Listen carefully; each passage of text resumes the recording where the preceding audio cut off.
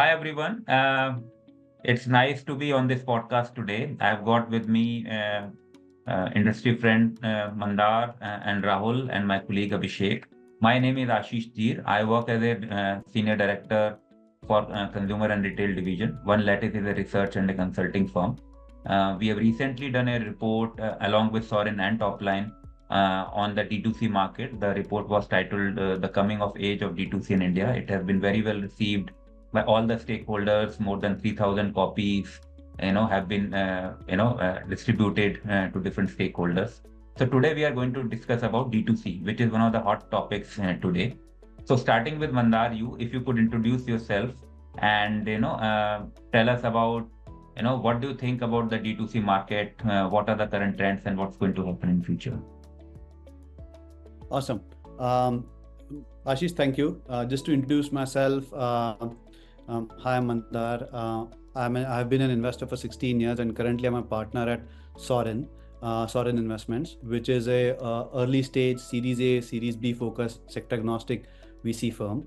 And so that's about my introduction. In terms of say D2C, so what D2C means is direct to consumer. This is where brands try to engage and transact with consumers directly without having any intermediaries or through any offline channel. The reason and the way D2C in India evolved, if you look at India, and I'll just go take a minute to just talk about the evolution of D2C. India today is a $3.4 trillion GDP. Around 30% is retail. Within that, today 92% is offline, and this is today. If you go a few years back, decades back, this 92% would be higher. And what has happened is brands want to build a direct relationship with consumers and try to sell their products directly from their website, and that is where they are. And this helps them to understand whether there is brand love, whether there is customer pull rather than push, whether there is repeat behavior. So this is where the genesis and evolution of D2C has come into, say, the Indian market. We are seeing brands now being able to do that well, wherein they have been able to transact and get customers and build brand loyalty through their website. Abhishek, coming on to you, if you could introduce yourself as well, and if you could focus on what has contributed to the rise of D2C. Ashish, hi everyone. My name is Abhishek Maiti. I work with One Lattice and I lead the charge here in our technology and internet practice. So Ashish, coming to your question, there are a bunch of factors which have contributed to the growth. Chief among them being in the marketplace being available as an additional channel can be a little difficult for D2C brands to sort of reach out to customers in terms of fulfillment. If the orders are being made through their own websites, you manage the website, you manage the supply chain. Contrary to that, if you have a marketplace already existing, then it makes things a lot easier. Of course, you have to pay the platform margin, but you reach out to much more, or rather a huge set of people or huge set of customers who are already active on those marketplaces. Needless to say, technology, we talk about data analytics, we talk about AI and ML. They have been, these have been used to optimize various parts of the entire supplier or the D2C experience. You can talk about marketing, you can talk about supply chain, you can talk about your how to decide on the assortment that you're providing to the customers. Whatever technology adoption has helped in a big way. Of course, then you have different brands have been able to create different brand identities, which also stems from the fact that prior to D2C, there were a lot of requirement gaps in the market, right? So, for example, today you have companies like the Whole Truth, which have completely sort of human friendly or vegan related or based products, right? So there was a clear gap. And you have Oziva, right? Though Oziva also, when they started marketing, they were we have completely natural products and no artificial products and all. I'm just taking example, but because of these specific and multiple requirement gaps available, or rather in the market, these brands have actually been able to build their own brand identity, a nuanced brand, and therefore there is a very nuanced marketing strategy, which works well for them because it is a unique space to sort of work on. Then yes, again using tech, there has been a lot of customization and personalization. There are a lot of brands which rely on direct feedback from the customers and act upon it very, very actively. And last but not the least, there are a lot of D2C. If you ask me, D2C is actually synonymous, not literally synonymous, but in the context, it's very synonymous in enhancing the customer experience, because all the factors that I spoke about, right? Usage of tech, nuance marketing, so that makes discovery easy, right? These companies, these players have been, some of them at least, have been interacting with the customers through multiple channels also.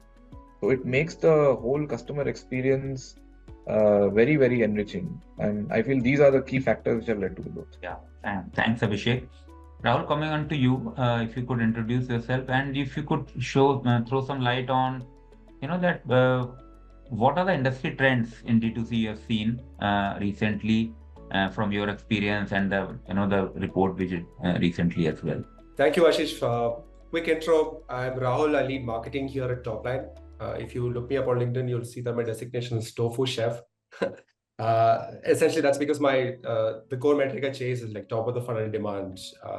So any hat that I can wear within marketing, chase that. I do. Over the last 2 years, I've led event marketing, content marketing, and now I lead performance marketing here at Toplyne. So that's a little bit about me.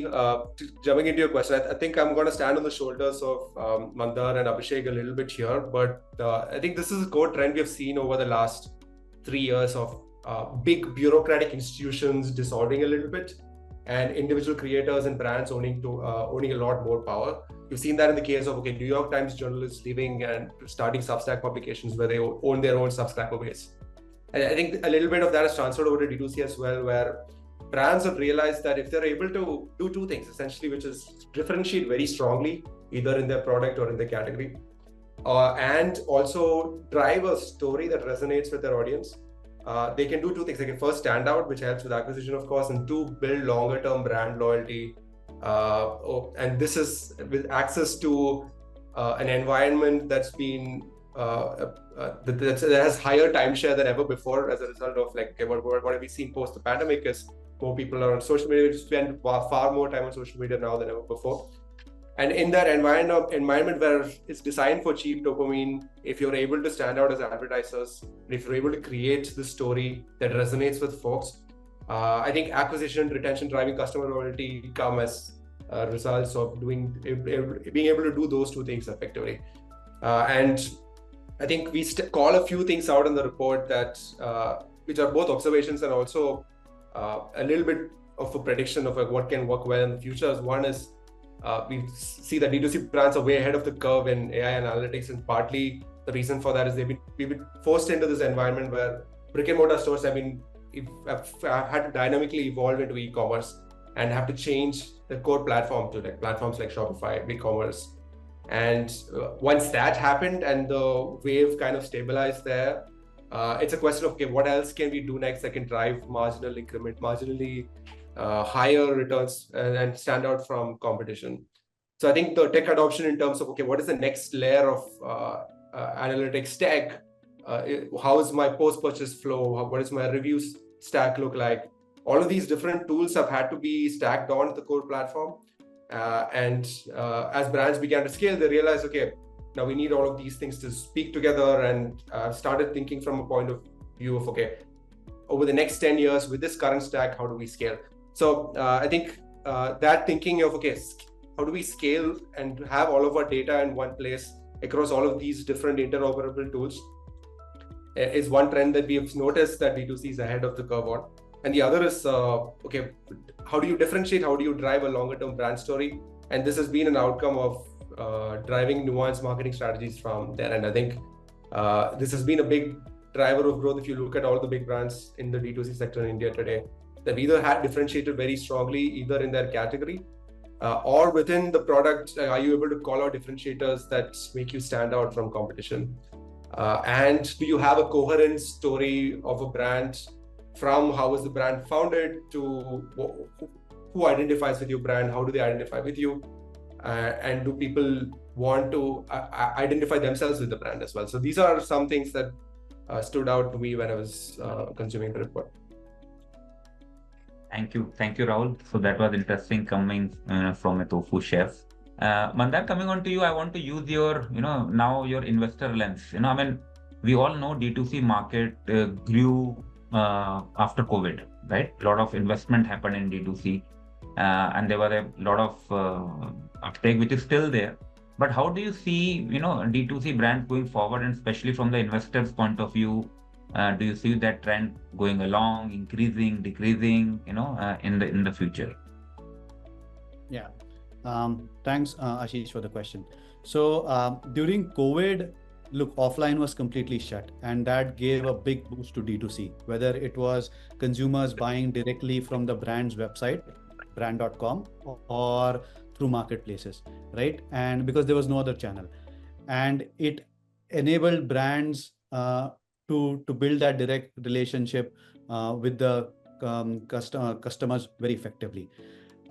It led to a change in consumer behavior, because consumers, that was the only option available for consumers to transact or buy something, right? So even consumers who were not online savvy had to start buying online, right? And so even brands or categories which were predominantly offline then started moving online. And so there was a big change, there was a big boost to say D2C during COVID.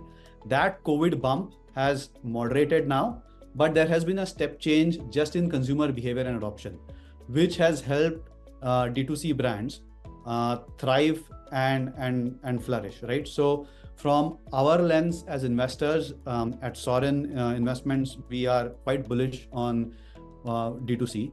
We believe that there is a big wide space for brands to be built in India, and India is a brand-starved country. So we believe that with the right with the right sort of thought process of building a brand, using the right content in terms of creating a narrative around a brand, focusing on the right target segment, and also thinking about omnichannel to bring in, say, improved unit economics, that would actually help brands do well faster in terms of just getting to profitability. But in a nutshell, post-COVID, what we have seen is although there has been a moderation, there has been a step change in adoption from consumer behavior, and that gives us the belief that this sector of D2C is here to stay and flourish. Thanks on that. So what you're saying, the future looks bright for D2C brand. But Abhishek, I mean, there have been more than 20,000 D2C brands, and not all of them have been able to survive. So what, as per you, has been the major challenges which the D2C brands face currently, and should be ready for future as well? So see, the key challenges that I can count, first of all, D2C brands are reliant on the OEM, the original equipment or product manufacturers, and that dependence kind of poses a critical challenge, because those independent manufacturers might just start producing generic lower margin products which can cannibalize this brand, and therefore and also some of these brands actually require continuous and high investment on R&D to keep ahead of the curve, to stay ahead of the market, right? Now this is across D2C as well as, the broader e-commerce, that, acquiring a customer, the first thing that brands think about is how to acquire customers, right? I mean, customer acquisition cost across has been rising, and that's actually because of shifting brand loyalty. And why does brand loyalty shift? Because today the customer has a lot of choices. I might go for a certain brand this month or in my next purchase, and I might use it 2-3 times, and then after that, because of some experience or not so good experience, or could be even that I'm having an okay experience, but hey, I saw an advertisement on Instagram, right, which is one of the key marketing channels. Why don't I try this product? So the customers has so many choices. In terms of spoil, the customers, in terms of choices, customers spoiled so much that today brand loyalty overall has sort of gone down. Also, this being a very nascent market, talent acquisition, can be an issue, is a problem, because the kind of skills that these brands are looking for, that kind of skill is not very easily available in the market, and therefore it requires high a lot of funds and a lot of time investment, either to search and hire, and in many cases to train internally as well. Of course, there's rising competition, so that basically means that you have to be always visible to your customer, which means that even though there is the choice of using multiple marketing channels to reach out to the customer, that does mean that you have to incur a high cost, and that too continuously. And also, it's interesting that you mentioned that there have been 20,000 D2C brands, but I think at the end of the day, businesses stay to make profit. We can say whatever we want, but businesses are sustainable only when they make, and when operating profit. So one, for the budding brands and even for the mid-stage brands, the funding winter, or rather, if you can call funding slowdown, has been an issue. And in many cases, in hindsight, we found out that financial prudence has been a challenge. If you have 10 problems to solve, but you can solve only 4, prioritization amongst those 10 to select those top 3-4, that has proved to be a challenge in many cases. So yeah, I feel these are the key reasons. Right. So all is not, it's not an easy ground to play. I mean, it's easy to start, but I think, there are challenges to face. Rahul, I mean, in your experience, how do you really think that with the changing consumer behavior, D2C brands are better attuned, to align themselves faster with the changing consumer behavior, and how they have adopted technology, especially because that's one of the changing consumer behavior or trend as well. Can you throw some light on that? Yeah, I think post the pandemic, there was changing consumer behavior. I think of it under the lens of like 3 things primarily. One is there was new demand that was generated just because of new habits that were formed by consumers, right? And then there were like this whole category of products that were created to address modified habits as well as a result of the pandemic. And lastly, I think just the contribution of share, where consumers put their share of time, has changed significantly as well in the last 3 years.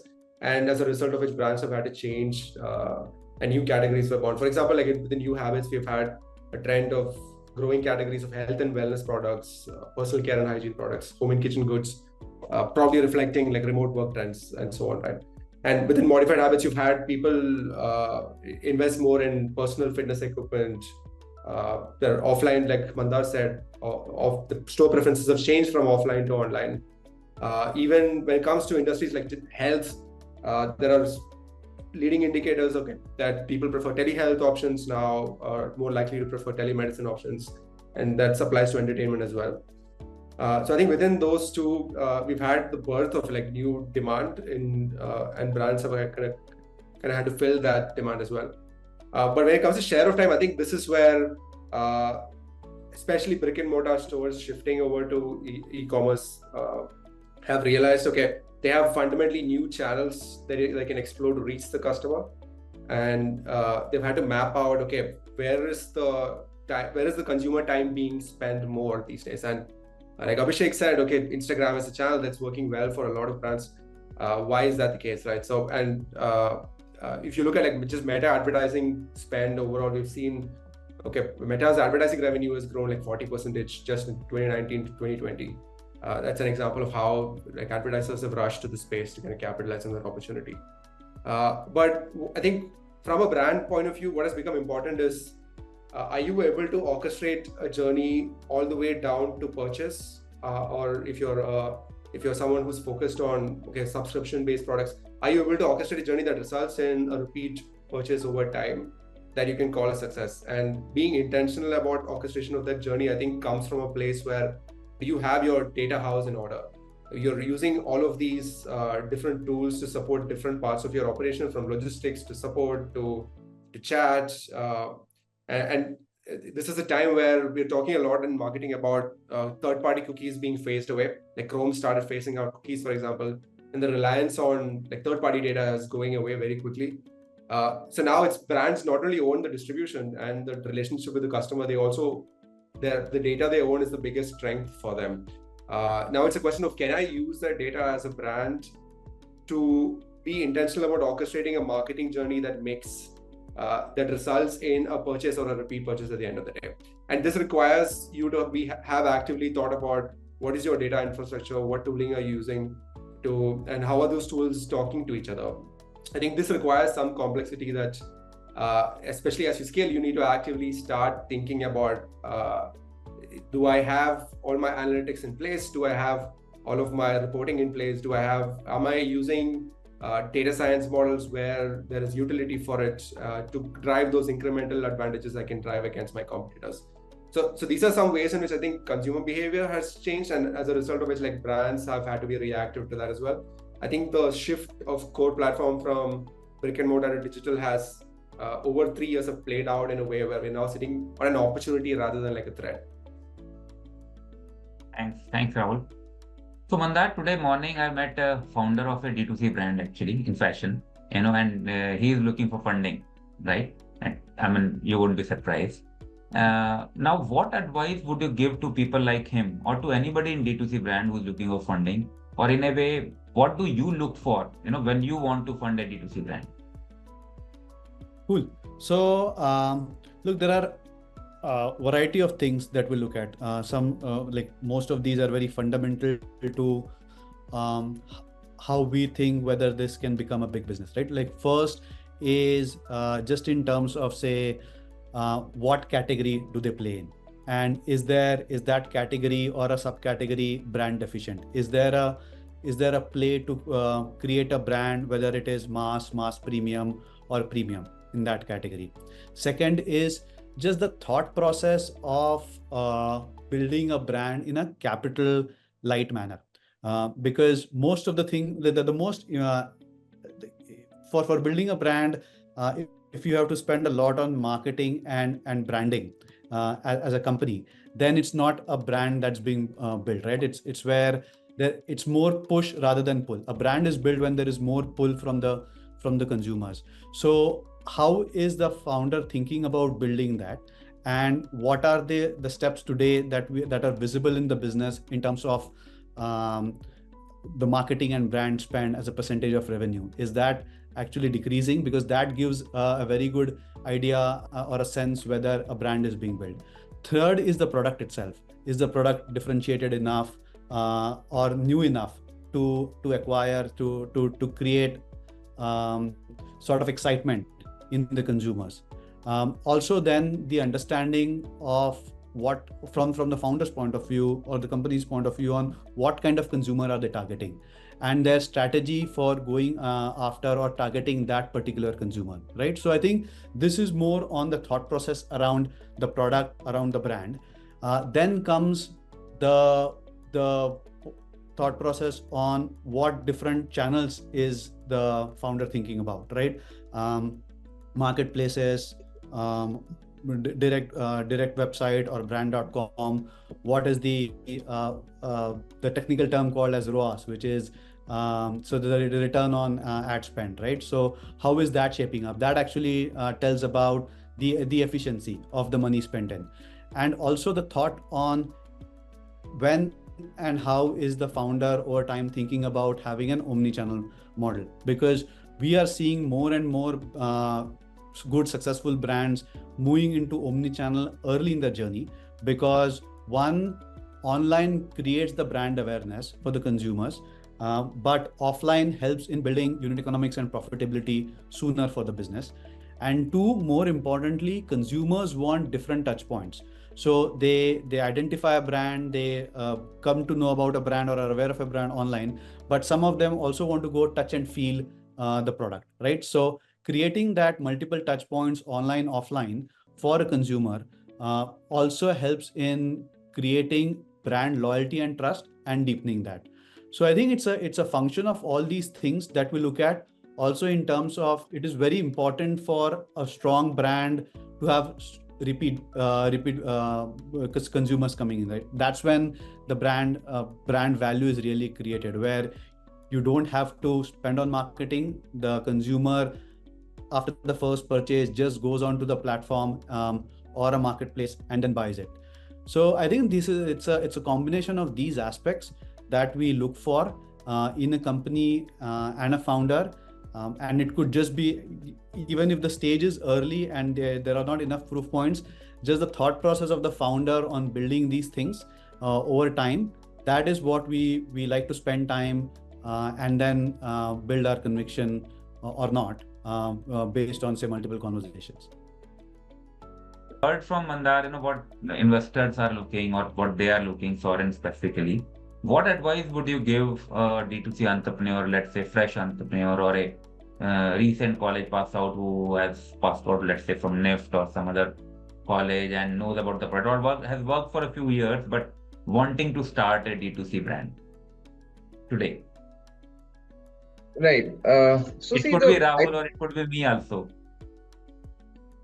See, I think I'll do my best at answering this question, given that I have not myself been a D2C entrepreneur, right? So, see, I touched upon this point earlier that a lot of these D2C brands have flourished because they have attacked some specific problem or requirement gap already in the market, right?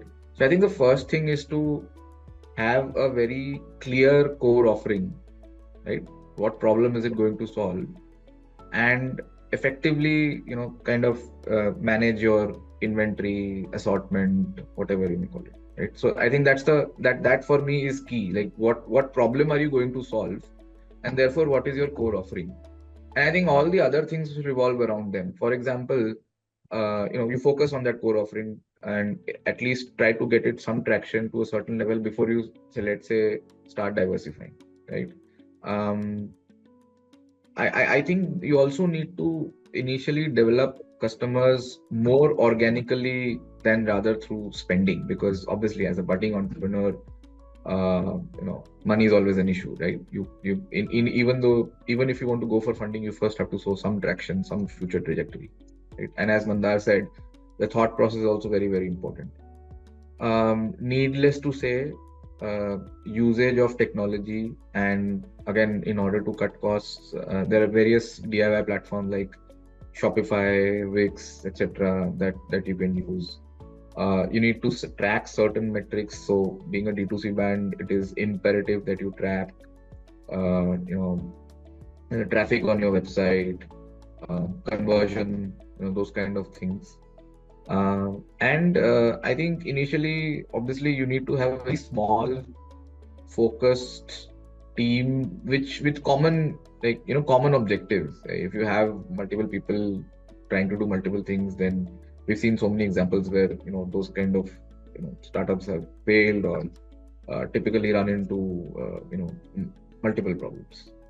And initially, I think in that stage, I think of course, money is always a requirement, right? So there are, I don't know whether Mandar would want to or would have the sort of flexibility to fund early stage entrepreneurs like those, but you have business incubators, you have micro loans, those, you could rely on those initially till you get some level of traction. But as I said, I think having that core offering or product or what is you're going to solve, that is very important. I'll take an example. See, today Boat is not known as only an electronics brand, born out of India.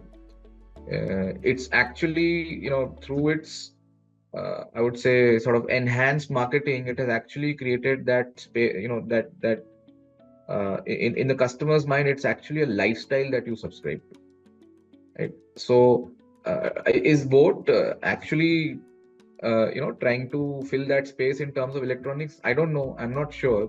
I'm not an expert on that. But are they actually trying to create that kind of identity for the users? That I think that answer to that is imperative, is affirmative. So yeah, that's what I think. That would be my sort of advice and best wishes to D2C entrepreneurs.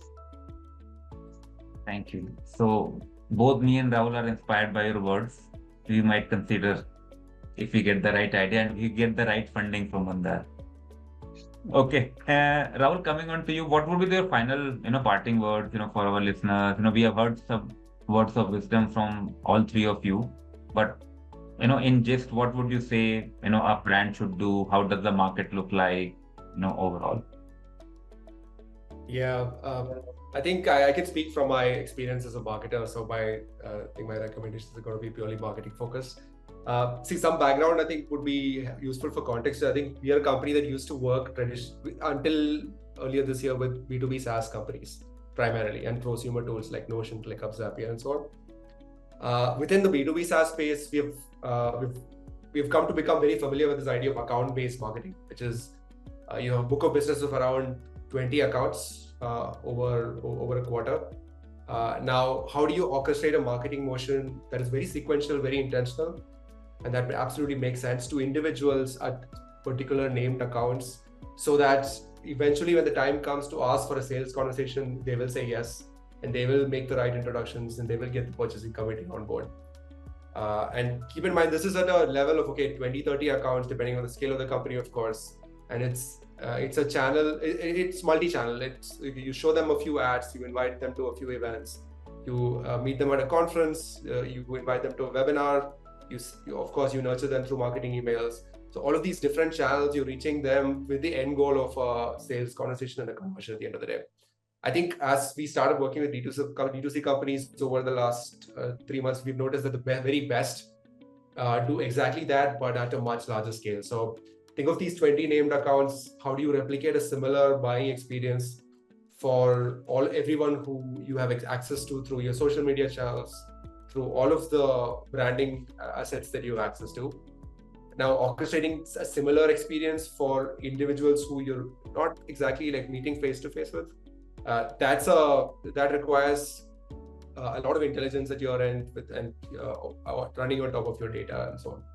So I think we are entering an age of hyper-personalization where a buyer expects a highly personalized multi-channel approach before they decide to buy.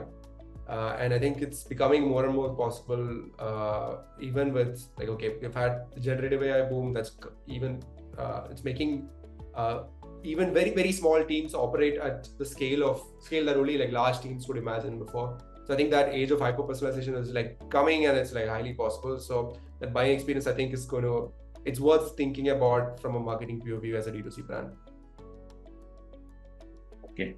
Thank you, Rahul. I think, we had a good discussion. I would like to thank all three of you, Mandar, Abhishek, and Rahul. It has been a pleasure and an honor to talk to you, to hear your views. I'm sure anybody who's listening to this will benefit. And I'm pretty sure, listening to and talking to all of you, there's a bright future for D2C brands in India. The market, as we have been discussing, it will be expected to be 60 billion. I would say it could be more as well, with the changing trends, and other things which are in favor. So all looks good for the D2C brands. Thank you, gentlemen. And we look forward to speak to you again on maybe on some other topic. Thank you.